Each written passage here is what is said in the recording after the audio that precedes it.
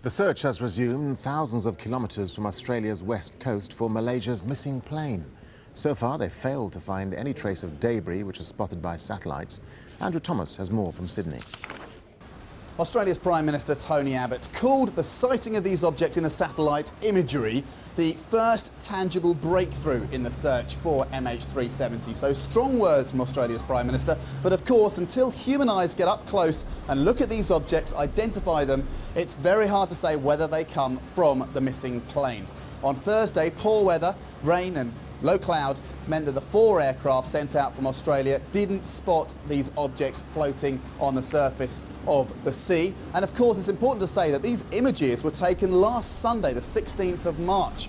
It's taken that long to analyse the photographs to work out that the objects could be significant. But in the meantime, of course, the sea has been moving, and of course those objects will have been moving. So although the haystack, if you like, is much smaller than it was, it is still a needle in a smaller haystack that is being looked for. On Friday, 5 aircraft will depart on rotation from Australia, searching that area 2,500 kilometres away from the West Australian coast. There's also a big commercial ship on site that is looking at the water close up, and an Australian naval vessel is also on its way. That should arrive on Saturday.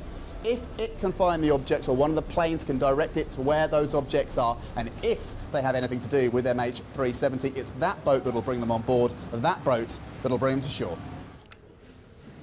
Well, let's talk live now to Geoffrey Thomas. He's the editor of airlineratings.com. That's a source on the aviation industry's safety standards. He joins us via Skype from Perth in Western Australia. Geoffrey Thomas, what do you make of these satellite images showing possible debris? Is this tangible evidence, as Tony Abbott seems to be saying? Look, I believe it is, combined with the intelligence that the United States is providing to Australia, and also Australian intelligence. They defined a search area a number of days ago that they felt was where this plane ended up. Now we have satellite imagery of pieces of debris that are significant in size, 24 metres or 60, 70 feet, if you like, in length. This is not the normal thing that you would find in the ocean. Certainly there's debris in the ocean. We know that, unfortunately, but not of this size. So the two things combined together, and the fact that the Prime Minister of Australia got up in Parliament and announced it, I think this is very credible. If the plane has gone down in this area, I mean, this poses huge problems for the search teams. The air is enormous, the weather is unpredictable, and still no location of a debris field. Look, indeed, you're absolutely right, Darren. We're down into what's called the roaring 40s, the latitude 40 degrees. Very strong winds, very high swells. At the moment, 20 feet. They get up to 40, 50 feet. Big seas. And of course, the other issue is it's very deep. You're talking 2, 3, 4 kilometres deep in some places. This would present colossal challenges of actually finding the main body of wreckage.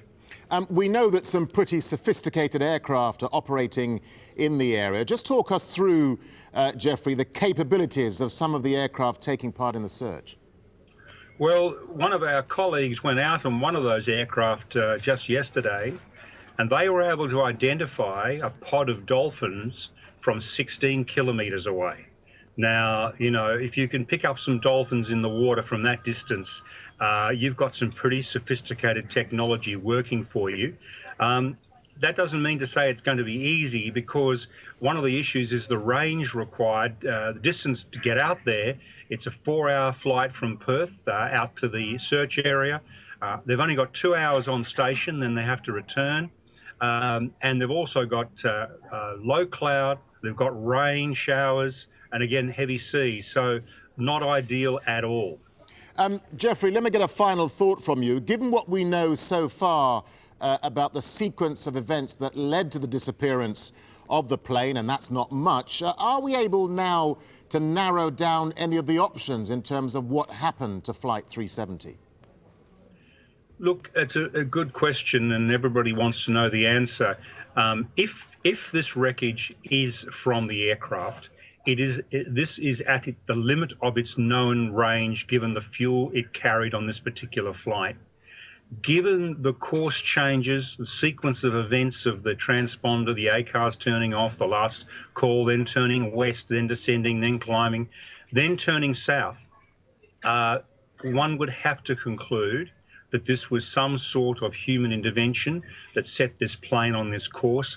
I think we can basically rule out any mechanical issue with the aeroplane. This has to have a human origin and a human motive. All right, Geoffrey Thomas, thank you for talking to Al Jazeera. Pleasure, Darren.